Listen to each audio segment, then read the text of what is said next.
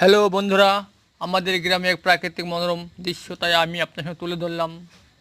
জেলে মাছ ধরছে কীরকম পদ্ধতিতে, এটাকে বলে খরা। তোমরা কি বলো তা তোমরা কমেন্টে জানাবেন।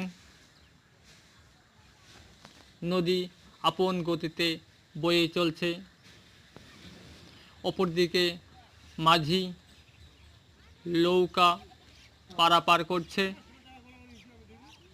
দুটো নৌকা ঘাটে বাঁধা রয়েছে।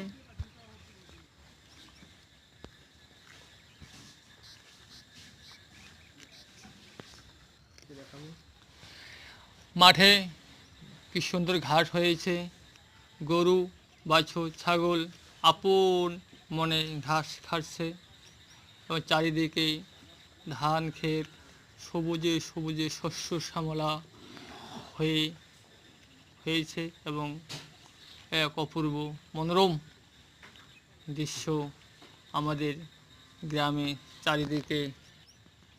চারিদিকে তুলে ধরলাম। এবং আর একদিন অন্যদিকে নিয়ে যাব কাশ বন দেখাতে। দুর্গাপূজা সামনে আসছে।